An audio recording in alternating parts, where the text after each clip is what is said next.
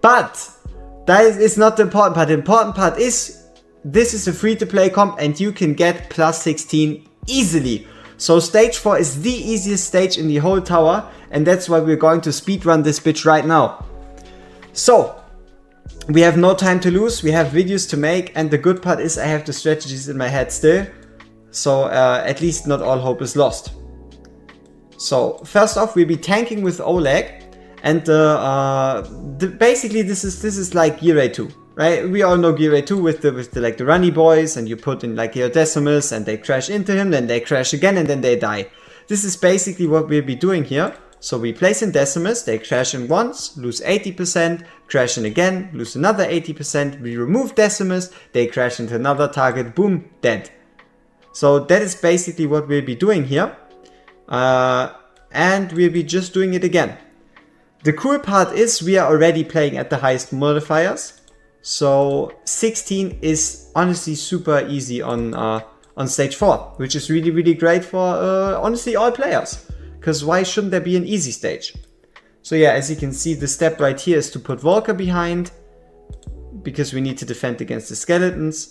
And then this guy is going to crash in, but that's fine, because we're just going to defend against the other two guys that actually come running here.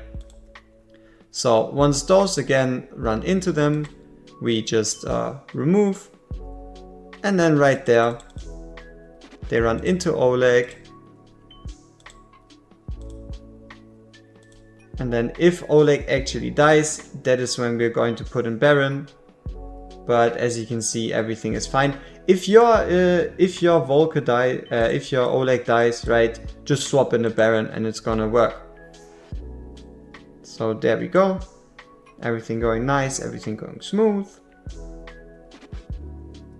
20 out of 29 enemies. And then here, obviously they're going to try to hit our shield. We'll be once more placing in the decimals to actually get this done. Runs in, hits once, hits twice, time to go out. Here we increase the block of Oleg to ensure that no one actually passes him. And then it should be about time he dies, which is when we actually bring in Baron. So, or Baron normally just is ready anyway for you, depending on how the stage goes, right?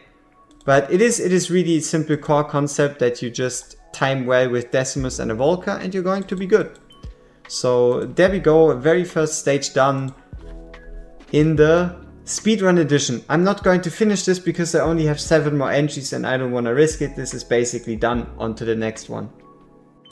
Alright, so as with the last video, if you do fancy what I'm doing, feel free to leave me a like, potentially a comment, and if you really do like what you see, consider subscribing. And yeah, honestly, I am even more happy with this video rather than the 6 hours corrupted data. So at the end of the day, it wasn't all bad. On with the video. Time for the free-to-play version of stage 5. We'll be actually getting 14 out of 16 tokens, and what we have deactivated is the restrictions down to 4 units. So let's not talk around about it, well, you get what I mean, too much. Let's get straight into the stage, because I'm on a timer. So, we'll be starting it off with Idril taking care of this lonely tentacle dude. Perfect. And then we have this guy walking in. As soon as he enters this tile, we'll be using the once more half block pushback method to push the unit back, which means the unit will attack later, which also means Abomination will take less damage. If Abomination takes less damage, he needs less healing, and he also is at less of a risk of dying. So yeah, Abomination is face downwards, and Idril will for the moment stay on the field. Our next point is going to be to bring in Volker. Volker is going to give Abomination some extra healing, and we're going to be using Idril's ultimate to take care of this super annoying, super annoying Electromage. Abomination has his ultimate ready, and that is going to help us clear out whatever is left here. And then it's already time for us to bring in our healer. So we'll be bringing in Vortex.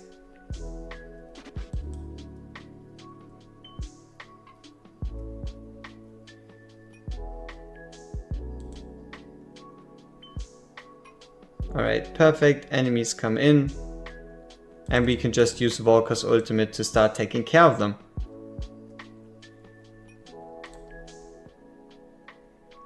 So Idril is going to continue shooting this lightning mage. And Abomination is going to get healed by Vortex. Furthermore, we'll start to kind of, in a sense, upgrade our formation by introducing Gluttony and Wrath. And then the last one we'll be placing is Isolde. But you'll see exactly how we place her. So Abomination is now fully stacked and battle ready.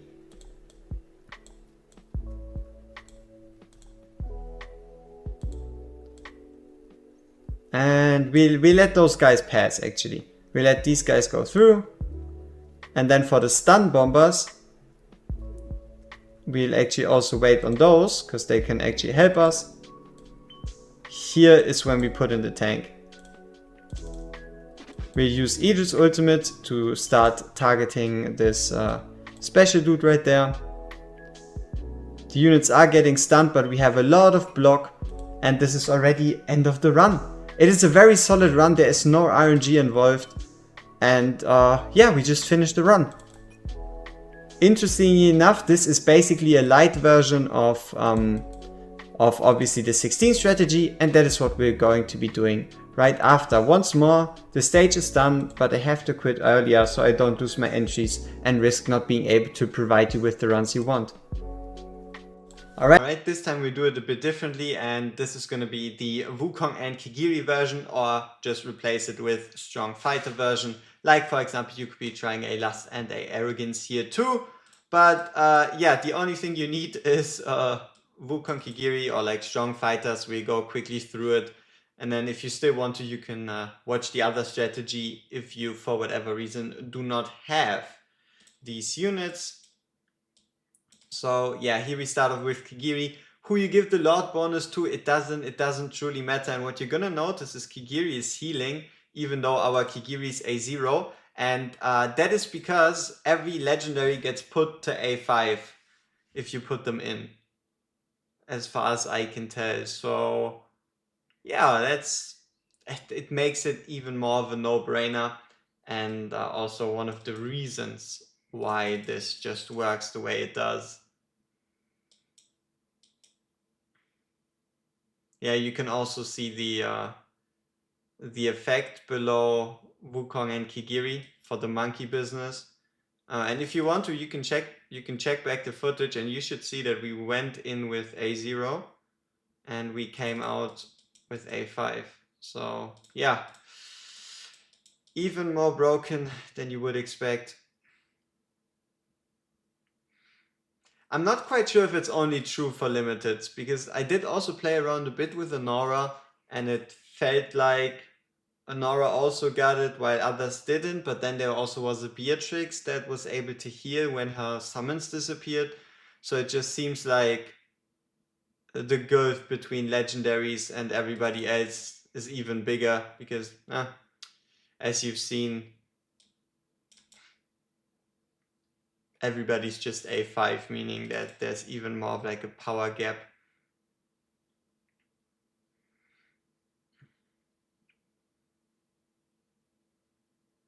Honestly, it's pretty hard to fail if you have a Wukong and a Kigiri on the field. I'm not saying it's impossible, I'm just saying it's pretty darn hard. Like for example, we could have placed Wrath on these guys and killed one of them instead of placing them down here. But then at this moment, it's just us waiting for Wrath to respawn, and we're basically done, because these guys can't move into the core. And even if they have what it takes to kill Wrath, which they probably don't, then yeah, we just gotta wait for like multiple Wrath respawns. But we shall see right here. Wrath goes into a stance, perfect, A5, give him boy, and then there you go, stage done. Picks only 12 out of 16, 10 units. Out of all of those, there's only going to be a couple relevant ones, and those are going to be Wrath, Gluttony, Ein, Cyrene, Midan, Vortex, and Hollow. Pretty much Daemon, What the hell is your name? Daemon, Komodo, and the hell? Scorch. There we go. Scorch are basically just RNG equalizer. Those guys are going to be there for if someone gets permanently frozen, or overall to just basically keep our engine going. And what engine am I referring to? The engine is called the Gluttony Eat Up All You Can Eat Buffet. Alright, yeah, here we go straight into the stage, and straight off the bat we'll be going with Cyrene. So Cyrene's purpose is going to be to give us cost regeneration to make up for the fact that we're regenerating cost 40% slower. So she gave us the cost, and now it's time for Vortex to help her out a bit and keep her alive. So right now we won't be doing much besides waiting for this guy to get rather close to this tile so we can place down Gluttony. The reason for that is so that Gluttony doesn't trigger his ultimate against the small fry, but that he actually one-shots the big golem. That is obviously the goal, and helps us with getting our rotation straight. So there we go, Gluttony first buffet of the day. Ate him up. And now we bring in my favorite, just from the title, the RNG equalizer, where we fuck the developers back, because this winter spite is super annoying, but we can remove it with Midan. So yeah, Midan in my heart is one of the stars of this run, that is for sure. So right now here's the goal, to obviously use Ein and Gluttony to in conjunction try to kill these units before they actually take up a block space of Gluttony. So there we go. None inside. And then we bring in Wrath. Wrath is there to obviously take care of the top lane. Hollow to give us some more rage regen. And with Midan you want to pay attention to either Wrath getting frozen, Cyrene getting frozen, or Gluttony getting frozen. If any of those get frozen, you can use your ultimate to unfreeze them, because these are kind of like the breaking points of the strategy. Now we just get 4 small fry.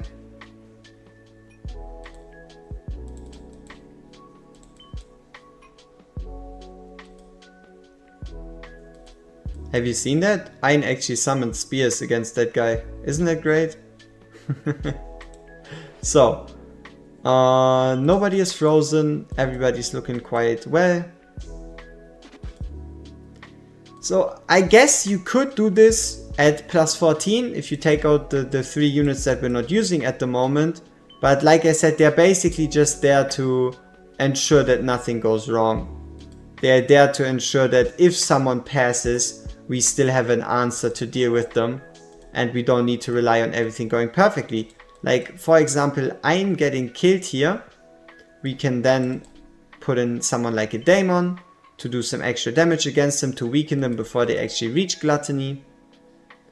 And then while they are on the way, we can, for example, put in Scorch to burst them or blast them with fire from behind, and use Midan to cleanse the Winter Spite stacks. Gluttony was already on 2 of those, so he would have been frozen any second now, really. So yeah, so far so good.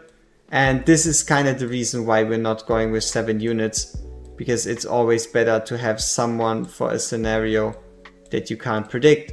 Like, for example, Gluttony being frozen here. So that is why we bring in Daemon. And here Komodo will actually get his chance to shine. Komodo in the 1v1. Can he do it?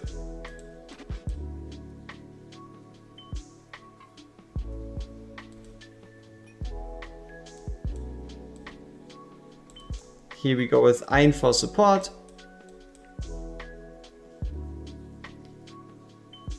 And we need to pay attention to the top here.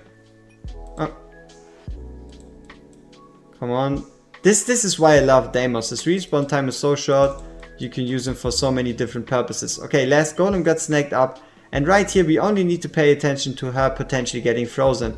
If we see any sign of Winter's Bite, that is when we actually use Midan's ultimate to get rid of it. There we go. Looks good. And that is indeed a job well done. This guy is basically dead. I don't want to use the key. And on to the next one.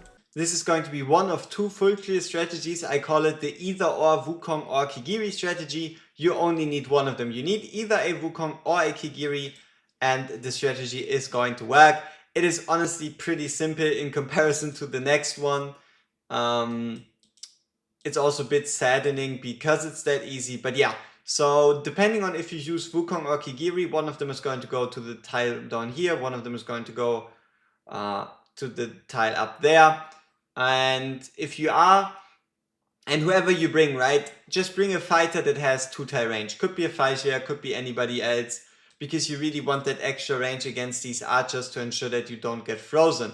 So down here is the most crucial tile because all the other lanes just end on this one, which means you want to defend yourself the best possible against the lane down there by either using Wukong or Kigiri. If you're using Kigiri, use your blocks to get these beautiful Ember Strikes in. And if you're using Wukong, just use Wukong's ultimate to completely annihilate them. And that's at this point pretty much already it. You're just gonna sit here, use a couple ultimates, and then call it a day. No reason to make it more complicated than it already is. But you can see, interestingly enough, even if Kigiri blocks, he's gonna do the attack first and then get frozen after. I just thought it is kind of like a funny interaction, but it really isn't anything of importance. So yeah, right here you can see we can just attack them on longer ranges, meaning that there's less of a chance of them just freezing our units or just dealing like an absurd amount of damage. So the reason Volker's there is just so that our units can heal a bit. And yeah, that's pretty much already it. Wrath is there as, I guess you could say, like security. If, for example, any one of our units truly get frozen and pass by in a streak of unbelievable bad luck. And yeah, we can do so. And here for these guys, we obviously want to counter because they do hit rather hard. Yeah, I would say around last year, this stage was definitely more difficult. Keep in mind, this was the anniversary. And once again, I find it so interesting that we got Wukong and Kigiri after the anniversary.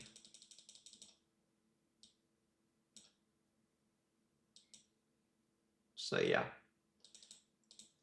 Here once again, we wait for one of the big guys to hit, counter, do our thing. And there you go, 27 out of 27. I'm like 99% certain you can also just have a Wukong where Kigiri is. You could take out a Wrath and put in a healer. There's a couple options, so you can do it. This might actually be a trash tier idea in your eyes, it depends. But yeah, we'll be starting it off with Arrogance.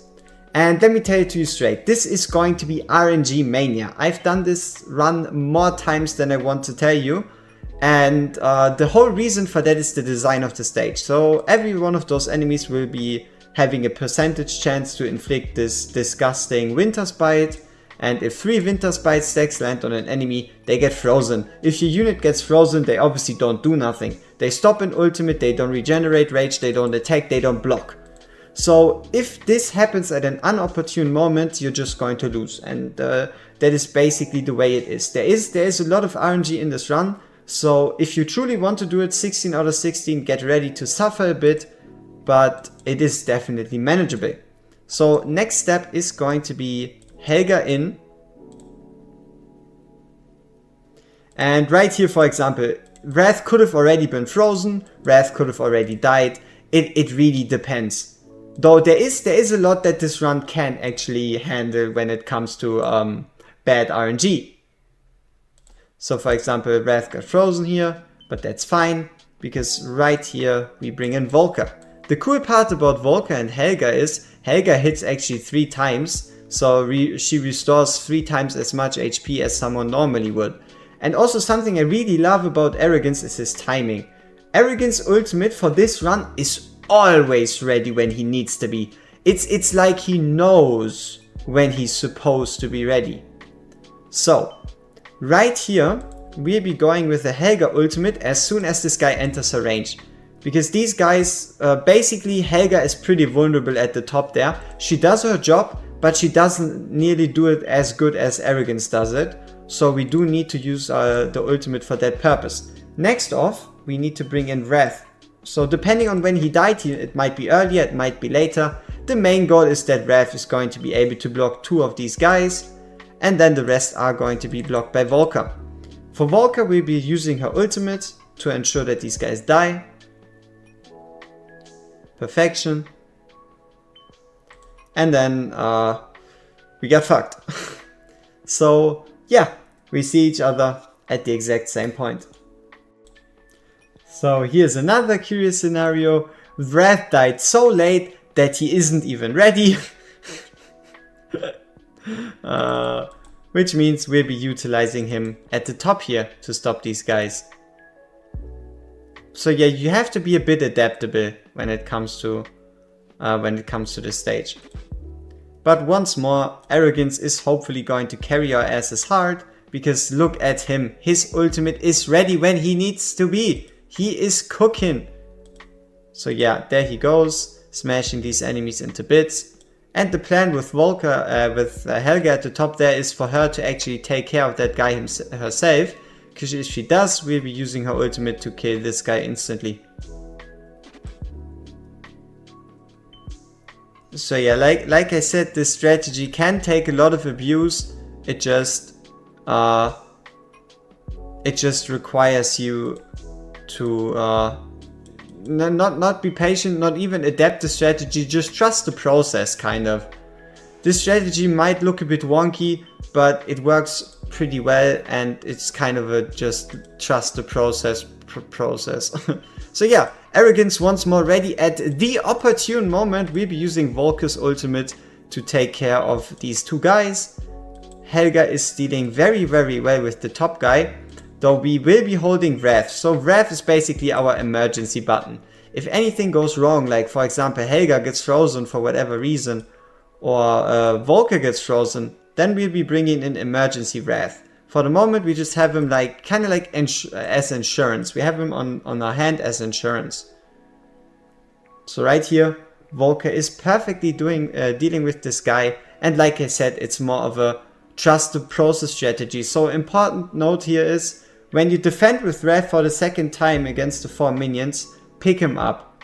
You do not need him for the double golem phase. Okay, now we actually cleared and lost an entry, but this is what I do for you. So this has been stage 3 to stage 6, free to play, and 16 out of 6 epic only, and 16 out of 16 comps. But to be fair, they were actually pretty similar this time. So see you at 7 to 9.